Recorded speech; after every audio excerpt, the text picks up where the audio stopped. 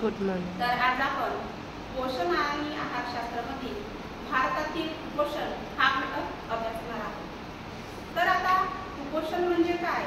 तर कुपोषण म्हणजे पुरेशा खाद्यपदार्थाचा अभाव। म्हणजे आपण जे खाद्यपदार्थ खातो त्यामध्ये एकूणच आपल्याला पोषण मिळेल असं आपल्याला म्हणता येत नाही। कारण की कधी कधी काय होते की आपण एखादा पदार्थ खातो, भूक भागेपर्यंत आपल्याला चांगलं वाटते, पण नंतर त्याच्यातून आपल्याला पुरेसे अन्न घटक मिळतात का हे आपण जाणून घेत नाही। म्हणजे आपलं तर पोट भरते, पण त्याच्यामधून आपल्याला किती प्रथिने मिळाली, जीवनसत्व किती मिळाली, खनिजे किती मिळाली हे आपल्याला माहिती नसते। त्यामुळे सुद्धा कुपोषणाची समस्या निर्माण होते। आता भारत हा कृषी प्रधान देश आहे, तर कृषी प्रधान देशामध्ये आहार विषयक समस्या निर्माण होणे ही फार मोठी शोकांतिका आहे।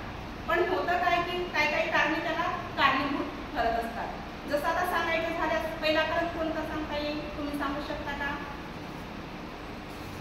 पहिला कारण कोणता आहे? भारतातील लोकसंख्या। आता लोकसंख्येमध्ये आपल्याला सांगता येईल की भारतामध्ये लोकसंख्या भरपूर प्रमाणात आहे।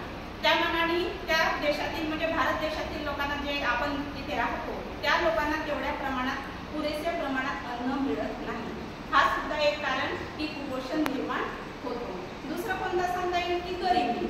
आता गरिबी फार मोठा शाप आहे, कारण दोन वेळच्या जेवणाची जर आपण विल्हेवाट लावायला गेलो तर त्या प्रमाणात होत नाही। कारण की त्या मानाने काय होते की जो उत्पन्न आहे तो उत्पन्न आपला कमी असतो, आणि दिलेल्या उत्पन्नामध्ये लोकसंख्या जर जास्त असल्यामुळे, घरातील सदस्य संख्या जास्त असल्यामुळे आपल्या अन्नावर तेवढा खर्च होत नाही। त्यामुळे गरिबी सुद्धा हा चांगला आहार घेण्यासाठी कारणीभूत ठरत असतो। नंतर तिसरा कारण आपल्याला कोणता सांगता येईल की आजार। आता आजार भरपूर प्रकारचे असतात। आता आजारामध्ये जर सांगायचं झाल्यास तर पचनाचा आजार। आता जर पचनाची समस्या असेल तर योग्य प्रमाणात आपण चांगलं पोषण करू शकत नाही।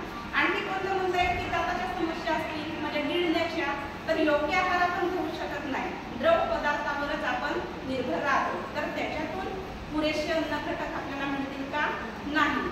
म्हणून आजार सुद्धा कुपोषणाला कारणीभूत ठरतो। नंतरचं कोणतं आहे की आवड निवड। आता एखादा पदार्थ आपल्याला आवडतो तर आपण तोच पदार्थ जास्त करून खाण्याचा प्रयत्न करतो, पण त्याच्यातून आपल्याला योग्य जे जीवनसत्व आहे, लोह आहे, खनिज आहे, ते प्रथिने आहे, ते आपल्याला पुरेशा प्रमाणात मिळतात का? नाही। आता आवड निवडीमध्ये आपल्याला जास्त करून किशोरवयीन मुलींना काय आवडते तर फास्ट फूड जास्त आवडतं। आणखी त्याच्यामध्ये आपल्याला काय सांगता येईल, चिप्स, तळलेले पदार्थ, मसालेयुक्त पदार्थ हे आपण जास्त खातो, तर त्याच्यामधून आपल्याला योग्य प्रथिने मिळतात का? नाही मिळत। मग त्यामुळे सुद्धा कुपोषण होण्याची समस्या ही जास्त आढळून येते। आणि कुपोषण हे जास्त प्रमाणात कोणत्या स्त्रियांना आढळून येते? ज्या गर्भावस्थेतील स्त्रिया आहेत, त्या नंतर बाळाला जन्म वगैरे देतात, आणि त्याच्यानंतर मग त्यांच्या शरीराची जी उणीव आहे म्हणजे पदार्थांविषयीची ती योग्य प्रमाणात भरून निघत नाही। कारण की डिलिव्हरी झाल्यानंतर माता ही एकदम कशी होते की कुपोषित असल्यासारखी होते। तिला योग्य प्रमाणात जर आपल्याला अन्नपदार्थ द्यायचे असतील तर त्याच्यामध्ये जीवनसत्वयुक्त, प्रथिनेयुक्त, कॅलरीयुक्त, एकूणच कॅल्शियमयुक्त पदार्थ त्या स्त्रीला मिळणे आवश्यक आहे। कारण की माता ही बाळाला जन्म दिल्यानंतर त्याच्यावरच बाळ हा निर्भर राहत असतो, आणि निर्भर असल्यामुळे मग आईकडूनच बाळाला संपूर्ण पोषक घटक हे जात असतात। पण जर पोषक घटक योग्य प्रमाणात मिळाले नाही तर मातेबरोबर बाळाची तब्येत सुद्धा खालावत जाते, आणि त्यामुळे मग कुपोषणाची समस्या ही निर्माण होते। नंतरचं आहे की आहाराच्या सवयी। आता आहाराच्या चुकीच्या सवयी असतात। कोणत्या असतात की योग्य प्रमाणात आपण, जसं आता भाजीपाला आहे, भाजीपाला चिरण्याची अयोग्य पद्धत आपल्याला माहिती होत नाही। आता सर्वसाधारणपणे काय सांगितलं जातं की भाजी ही चिरल्यानंतर धुवावी असा हा गैरसमज आहे। भाजी आधी धुवावी त्यानंतर ती चिरावी, म्हणजे ती योग्य असते। कारण की भाजी जर आपण चिरल्यानंतर धुतली तर त्याच्यामधले अर्धे जीवनसत्व हे नष्ट होत असतात, आणि परिपूर्ण जीवनसत्व न मिळाल्यामुळे जेवणातून आपल्याला योग्यरित्या प्रथिने मिळत नाही, आणि त्यामुळे सुद्धा काय होते की कुपोषणाची समस्या निर्माण होते। त्यानंतरचं कारण कोणतं सांगता येईल की आजार। आता आजार विविध प्रकारचे असतात। मग असे सांगितल्याप्रमाणे पचनाच्या समस्या वगैरे आपल्यामध्ये निर्माण होत असतात। आता पचनाच्या समस्या जसं आता दाताची समस्या असेल, आपल्याला खाऊन होत नसेल, पचनाची समस्या की योग्य पदार्थ आपल्याला पचन करायला त्रास होत असेल, अन्ननलिकेच्या ज्याला आपण समस्या म्हणतो, तर त्याच्यामुळे सुद्धा आपल्याला काय होते की कुपोषणाचा त्रास निर्माण होतो. नंतर आपल्याला सांगता येईल की आहाराबाबत अज्ञान.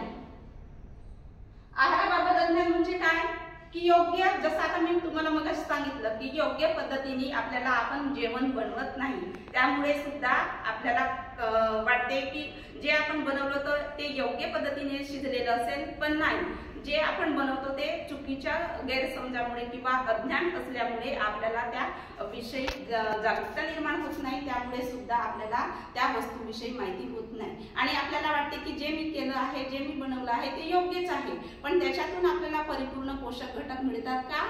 मिळत नाही. त्यामुळे सुद्धा आपल्याला काय होते की कुपोषणाच्या समस्येला सामोरं जावं लागते. नंतर सांगता येईल की अन्न भेसळ.